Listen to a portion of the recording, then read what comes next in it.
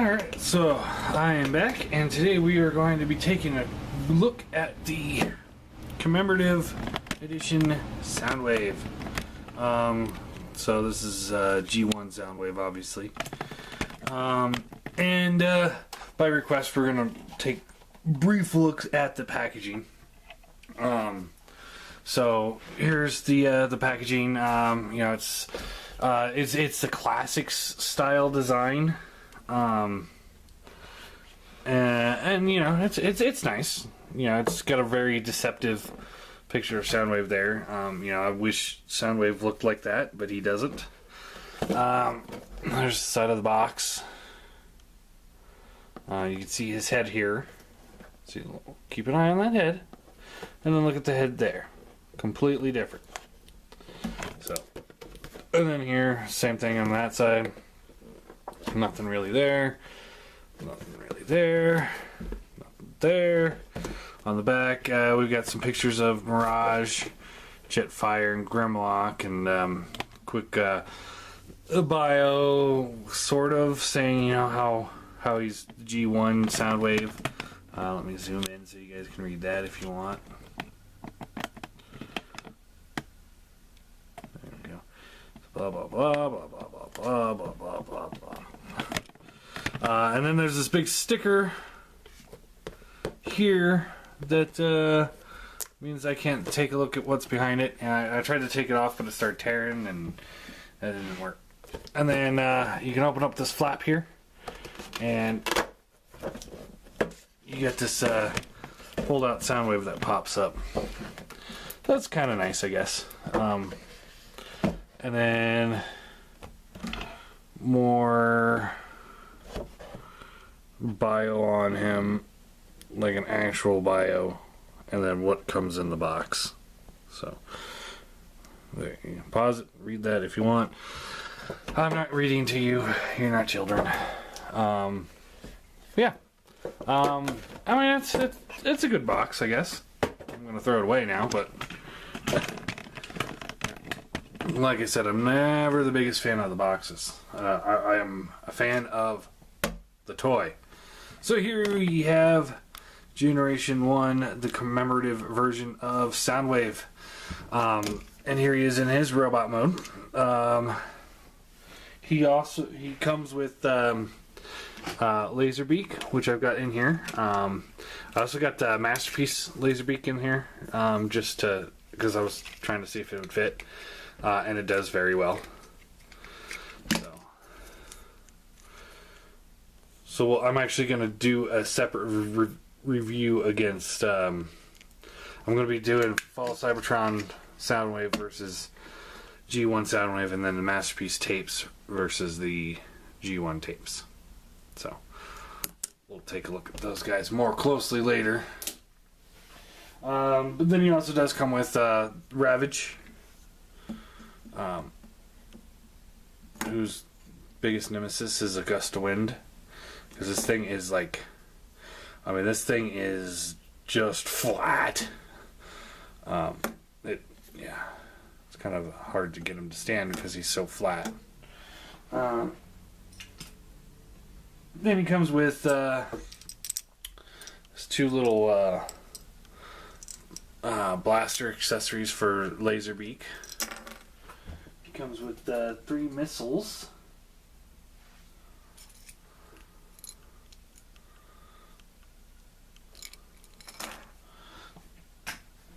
He comes with 2 cassette cases.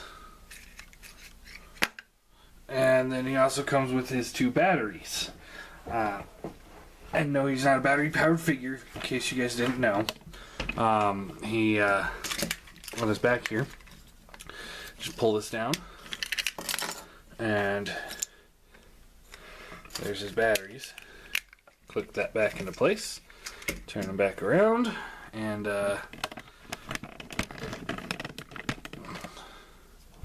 you can take this gun here, and you just open it up.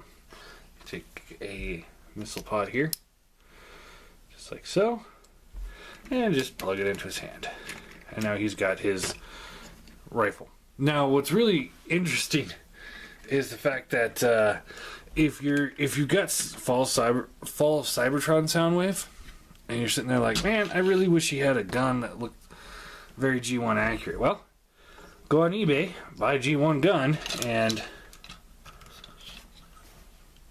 he's got G1 Soundwave has 5mm ports, so his guns work for anybody else. So that's really, really awesome. And then you take his shoulder cannon here. You can plug in a missile here. Sort of. No, not really. Can't do that? Thought we could. Guess we can't do that. But this can just plug in up there. So there you go. Really cool. I really dig this set. You know, we'll briefly, like I said, we're going to do a full separate review on the cassettes. We'll probably do them both at the same time, but yeah, here's Laserbeak, G1 Laserbeak, and then you take his weapons here and you can just plug them in. He's really cool. I dig the cassettes. I always love the cassettes. That's one of the main reasons why I got him. Is not only is I was never able to have a Soundwave as a kid that I had while I had cassettes, and then it was like when I have cassettes, I didn't have a Soundwave. So it was very. It's very. It makes me very happy to have Soundwave and cassettes to put in there at the same time. Also, I was wanting a Soundwave that looked more G1 for my classics collection, and I think he might fit in just fine. So posability wise, let's take the cannon out of the way here. His head does rotate side all the way around. No up and because of the transformation, you can kind of get him to look up a little bit, but it does kind of want to just snap back into place.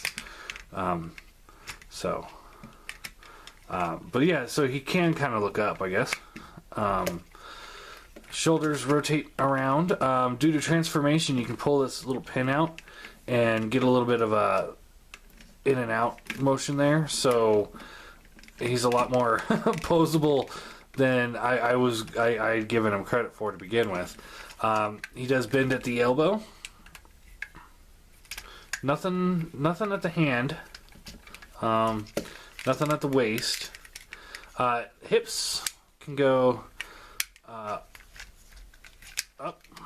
like all the way up. They can't go back because of the way it's held, but my leg can't go back like that either. And you can kind of rotate the leg around, so he's got a bicep swivel. His knee does bend, but it bends in the wrong way, so that's unfortunate. And then the toe, due to transformation, has a little bit of a pivot, but mostly it's supposed to be like that. So yeah, really cool. I really dig him. I'm gonna try and adjust these lights. Alright, so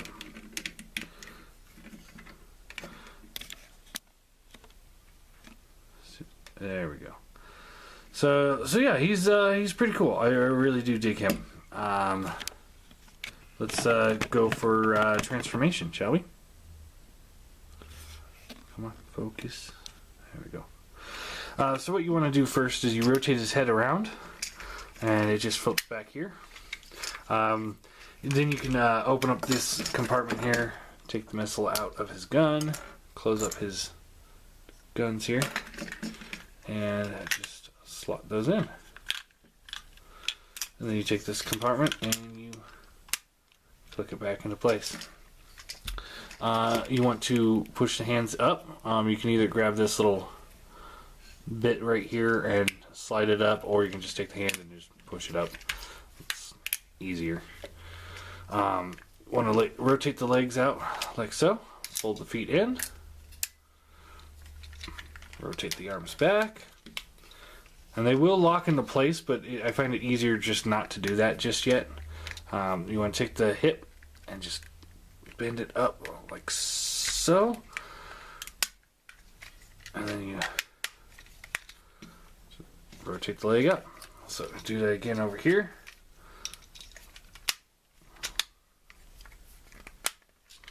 And you can clip the arms in. And there you have the G1 Soundwave in tape mode. And the door does open and close still. He's got some cool details, you know, record and battery, light, record, stop. You got play, all the little buttons. You get a little dial here that doesn't do anything, but it does spin. And you got this little piece here that you can flip on and off. But yeah, I mean, it's really cool. And you can open it up, take rabbits here.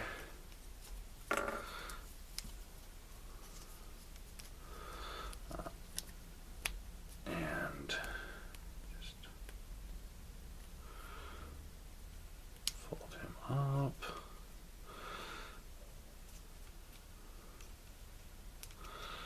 Real quickly like. I think I'm doing this right. Nope. These go here. There we go. So you just fold them up real quick. You don't have to worry about like spools or anything. But you just kind of take them and you just slide them in. And this is actually the Sound Blaster extended cassette holder. So I believe you can hold two. Is that it? I think just two. Rather than one like the original Soundwave. So I think that's really cool. Obviously it's not Masterpiece Soundwave, because you can hold like 3 or 4. But it's still pretty cool. I really like this. So let's get them back into robot mode. So just unplug the legs, unpeg the arms, just kind of get this out of the way as best you can. Something over here, like so. Just kind of get those out of the way. Pull the legs down so that little pin is out again, and you rotate the leg down and forward, and just like so, down, forward, flip the foot out,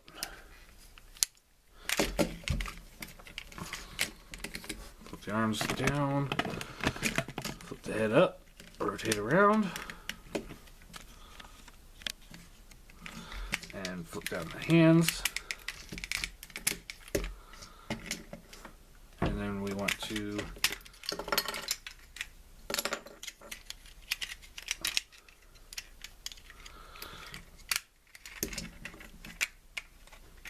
attach a shoulder cannon, extend this out, and give him his rifle. And then we have Soundwave back in robot mode. Again, I really dig this. It's been a long time coming for me to have this figure. So let's get into some size comparisons. Here he is next to the Classics Seeker. So he's too big to really fit in that scale. Here he is next to a Masterpiece Car. So he's about a head taller than him. So that's okay. Here he is next to the iGear Seeker. So the Seeker mold's a little taller than him. That's okay. I'd prefer Soundwave to be taller than the Seekers. But it's okay. And here he is next to the hegemon, and he's just a little taller than him, so that works. All in all, I think it works. I'm trying to adjust my lights here so that you guys can see what's going on, because the glare seems to be getting... There we go. That's better. That's a bit better.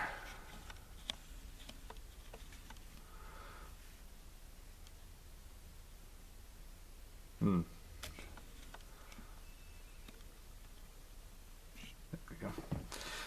So yeah, and here he is next to the my current Soundwave, which was the Fall Cybertron Soundwave. So, his head looks better, and he's more posable. We will be doing a versus in between with the chart in between these two, and in between the two laser beaks and two Ravages I have now, just to determine which ones are better. We'll wait for a while to do that one. But all in all, it is G1, so he's not perfect. There's no way to make him perfect, really, because it's G1. And unless Hasbro decides, you know what, we're going to redo this figure and just make him more posable, and we're going to put him in classic scale, it's never going to happen. So we'll never get something like this again. We're going to get SUVs like this or things like that for classic scale. I know Masterpiece got one, but honestly,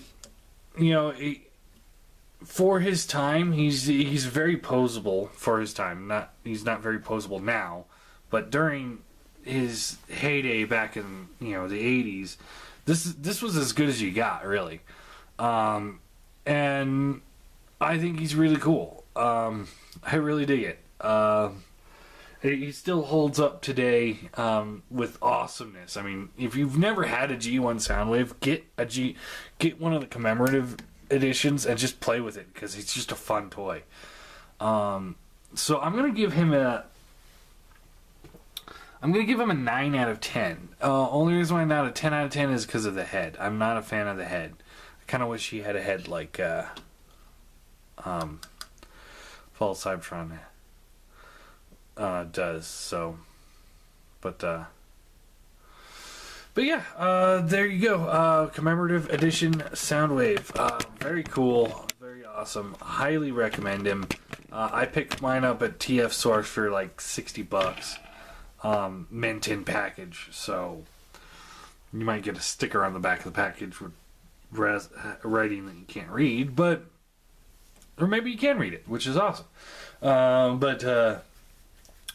Yeah, I recommend him. I'm gonna try and put him into my classics collection. I don't know if that's for everybody, but it is for me. It's gonna work well for me, I think. So yeah, and then obvious question of the day is, what do you guys think of the background as of right now? Is this working, or should I go back to the white? Because I can still. I think my camera is trying to focus on the background. That's not what I wanted, but I still like it. So I don't know. What do you guys think?